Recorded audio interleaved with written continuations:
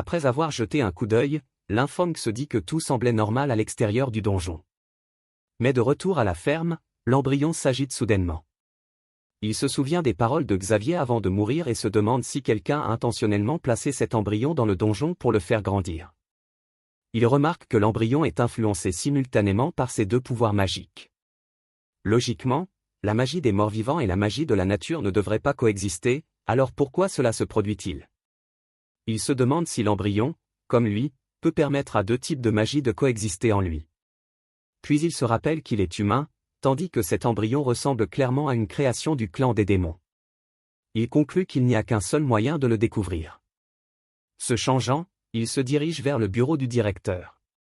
Après avoir frappé, une voix l'invite à entrer.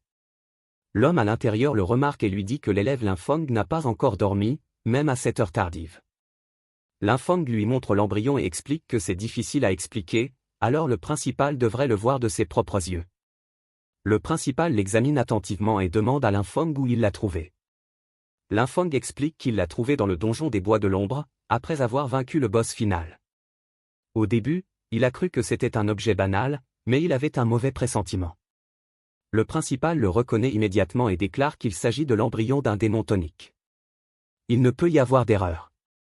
Il comprend que le clan démoniaque a réussi à échapper à leur détection et à entrer directement dans le donjon pour cultiver une telle chose. Linfeng répète le terme.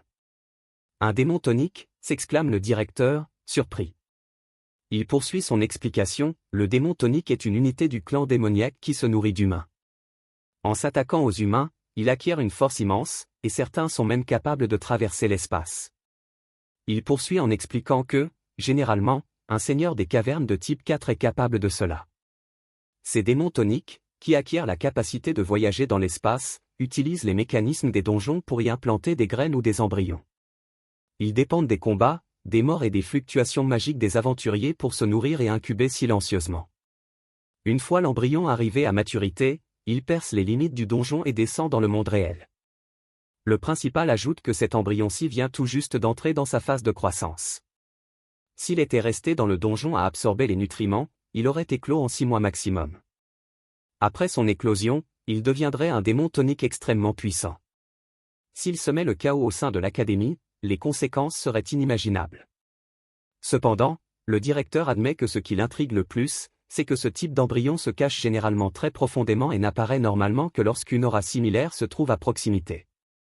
Il demande alors à Linfeng s'il comprend. Linfeng comprend et panique.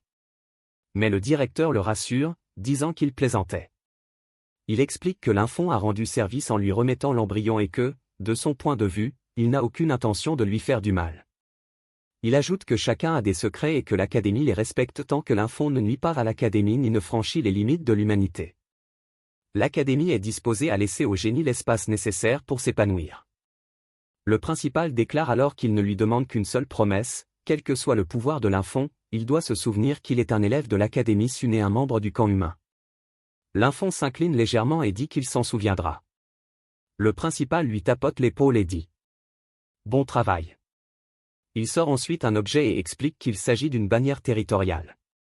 Il précise que c'est à la fois une récompense pour la remise de l'embryon et un investissement dans le potentiel de Linfeng. Il explique qu'une fois planté sur le terrain, Linfeng pourra activer une barrière territoriale principale d'un rayon de 500 mètres, permettant même une certaine modification du terrain. À ces mots, Linfeng s'illumine. Il remarque que de tels pouvoirs sont exactement ce dont sa ferme a besoin.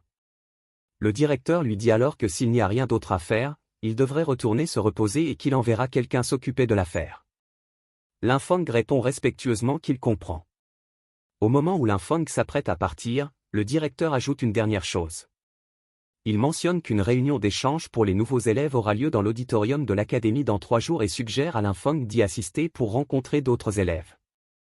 Il note également qu'une mentor du département de la nature nommée Su a soumis un sujet très intéressant avant de partir sur le terrain. Un sujet relatif à la culture et à l'hybridation des plantes. Le terme. L'expression « hybridation » attire immédiatement l'attention de Linfeng. En y réfléchissant, il réalise qu'auparavant, il se contentait de fusionner des morts-vivants et des plantes, mais que se passerait-il s'il les hybridait complètement? De retour à la ferme, il plante la bannière territoriale et observe les environs. Il constate qu'après son utilisation, la concentration de magie naturelle alentour augmente nettement. Cependant, la question des morts-vivants et de l'hybridation reste extrêmement complexe. Soudain, il perçoit quelque chose et regarde autour de lui, se demandant si Savius a fait quelque chose. Ailleurs, un homme épuisé marmonne que la pression est insupportable et qu'il n'arrive même pas à gérer un gamin qui vient d'être promu. Il pense qu'il ne peut plus attendre.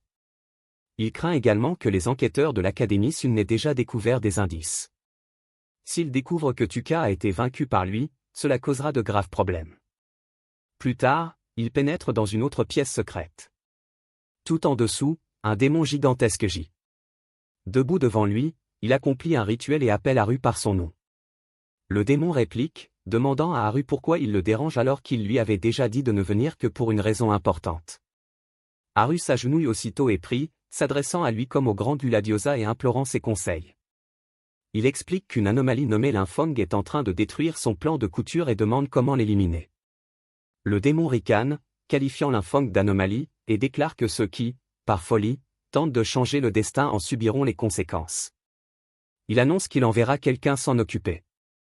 Haru remercie aussitôt le grand Gulladiosa et le presse d'agir rapidement, lui faisant part de son inquiétude. Soudain, le démon entre dans une rage folle et attaque, hurlant à Haru de ne pas le traiter comme une fourmi. Haru est projeté en arrière par la violence du choc. Après sa chute, Haru, frustré, serre les dents et reproche tout à Lymphong, insistant sur le fait que c'est entièrement de sa faute. Plus tard, lors de la réunion d'accueil des nouveaux élèves dans l'auditorium de l'académie, une foule nombreuse s'est rassemblée. Lymphong est également présent, assis tranquillement. Il se plaint intérieurement de l'ennui et regrette d'avoir écouté les inepties du principal.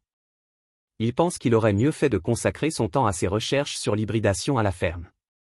Pourtant, il admet que la nourriture est plutôt bonne. Soudain, un homme s'approche et interpelle Lymphong.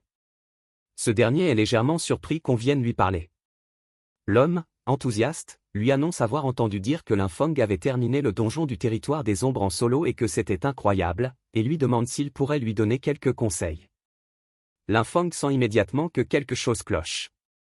Il a l'impression que tout le monde l'évite, et pourtant, cette personne est venue de son propre chef. Lymphong s'excuse et dit qu'il ne souhaite pas vraiment en parler, mentionnant que 3 aînés sont morts dans le cachot. Il fait même semblant d'avoir les larmes aux yeux. L'autre homme s'excuse rapidement, disant à Lymphong de ne pas s'en formaliser et regrettant d'avoir ravivé de douloureux souvenirs. Il promet de reposer la question plus tard. Cependant, tandis qu'il s'éloigne, Lymphong se dit que c'est la personne que Lord Gula lui a confiée, et elle ne semble pas très impressionnante. Pendant ce temps, Lymphong le regarde partir en silence, sans dire un mot. Ailleurs, Haru, allongé sur le dos, marmonne que le duc Lion de Fer, le mentor du département de la nature et Gulladiosa ont tous été informés. Malgré cela, il ressent toujours un léger malaise. Ce malaise s'intensifie, et soudain, il demande. Qui est là? Une silhouette étrange s'avance. C'est Lymphong, accompagné d'un de ses guerriers morts-vivants. Lymphong demande calmement quel est ce numéro. Haru répond que c'est un. Lymphong hoche la tête et dit. Exact. Puis il assène un coup de poing en plein visage à Haru, affirmant qu'il le supporte depuis longtemps. C'est sa récompense, et il a bien d'autres coups en tête qu'il compte tester.